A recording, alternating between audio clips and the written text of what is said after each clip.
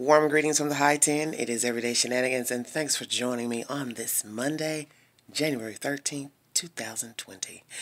I want to discuss the recent events surrounding R. Kelly. As most of you know who watch social media and have been following TV programs and YouTube alike, the two young ladies that were living with Mr. Kelly, Joycelyn Savage and Azriel Clary, had a dispute last week which went viral due to a live stream that belonged to Miss Clary.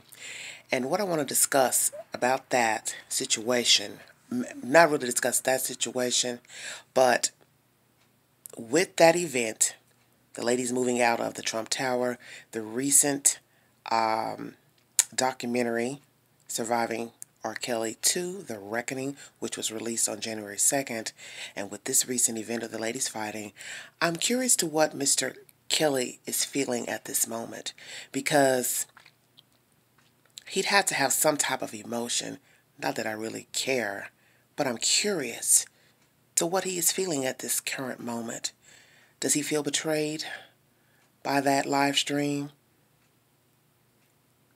Because in that live stream, Miss Clary let it be known that she had lied. She and Joy had lied on behalf of Mr. Kelly. She also threw out the scenario of Miss Joy abusing her and being of age while she was a minor. And so I'd have to ask myself, did he even think it would come to this? Because you see, many people gave Mr. Kelly a free pass. I mean, if you don't want to acknowledge that, but for those of us who, as I say, who are woke, and you all are entitled to your opinion, I'm not here to argue any of that because I don't get down like that. My point is that he was given a free pass for many years, and many things were overlooked. His behavior and his demeanor and his relationships, sexual relationships with children, were ignored, pushed under the rug. Some knew of his actions directly, those who were involved with him at the time, and they said nothing and they did nothing. And now, with all this junk that jumped off last week, I wonder, how does he feel? Knowing that he is the reason for the season, that he is the reason these two are bickering back and forth about nonsense in an apartment, who's in the apartment, all this type of crazy stuff. It's sad. It's very sad to me. And I don't think that it's a joke. It's more pathetic to me than anything. That's my view. That is sad and it's pathetic. And I don't think Mr. Kelly ever thought the day would come that he would be rearrested on sexual deviances against a child. I think he took for granted his entire existence that he never cared for anyone. He has never loved anyone. He does not know what love is, so how could he? Although abused, but still an adult that knew better. And you see, when you walk through life not standing no atonement for what you do, you should know that surely that karma will make its way back to you. It always does. And no one is exempt from that. So here is a grown man, 50 plus years of age, with no home, no true friends, no true family, really. No girlfriends, no wives, no children, no nothing. And currently incarcerated in a Chicago jail, facing federal charges that are mounting as we speak. As I speak, rather. And it's sad. And I'm wondering, how is he feeling? Did he think it would ever come to this, To be incarcerated, to have these last two ladies who were living with him turn on each other, arguing and bickering, and revealing the whole truth.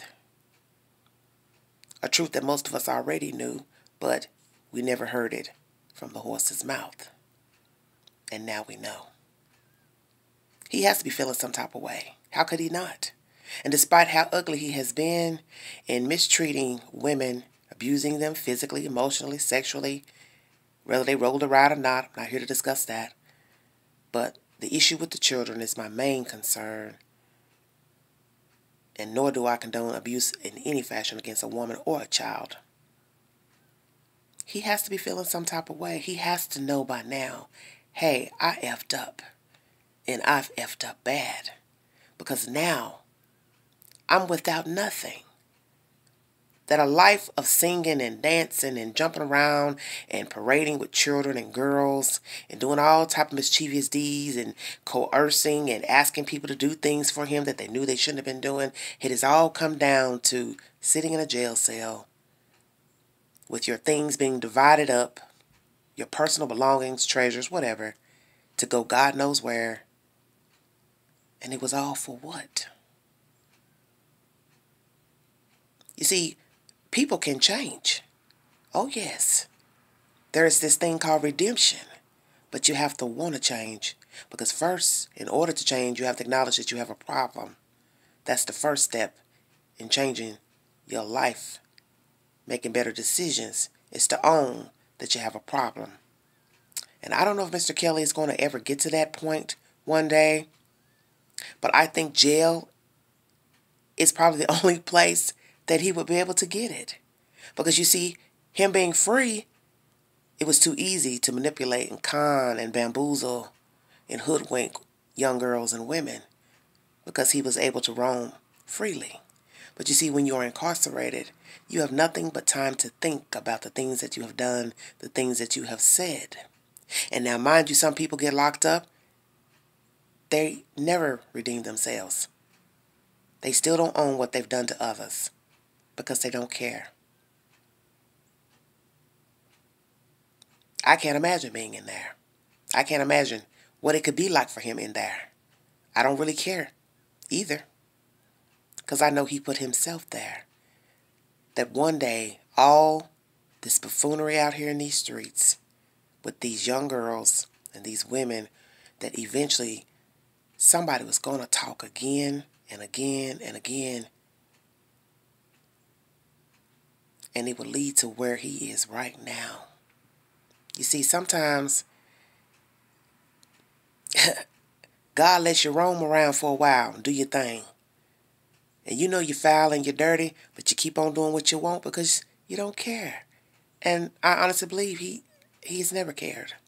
That's why he's done the things that he has done.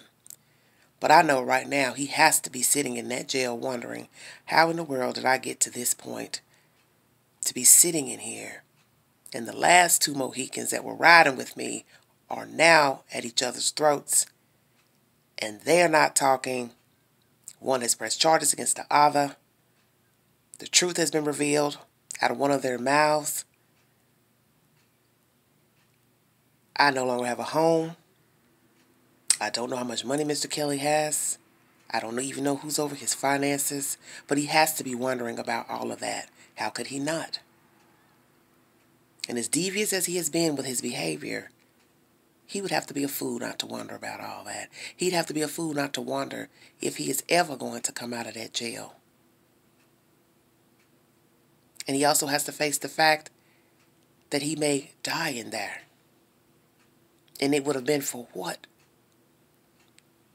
What would it have been for? The seeking affection from children.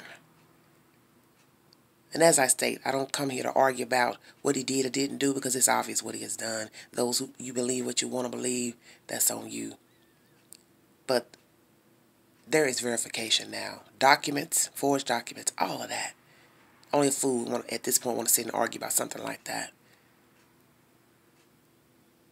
But I think this is a sad place for a grown man to be, who has a talent to sing, play the piano, on, and it's all dwindled down to sitting in a jail cell because he could not leave children alone. It's sad and it's pathetic. And for his sake, I hope that he comes to the realization of his misdeeds with children and women, and he asks for forgiveness. And he owns what he has done. And I think he will feel better about himself if he finally just admits the truth. That he has been a dirty bird. And he has not been a nice guy. If anything, he owes himself that. Not just the ladies, not just the children who are now ladies, but he owes himself that, to finally own that he is wrong and has been wrong. You know, apology can go a long way. And it doesn't mean that the victims, the survivors, whomever will forgive him, but at least he would have said it. Until the next video, this is Everyday Shenanigans, and thanks for joining me. Bye-bye.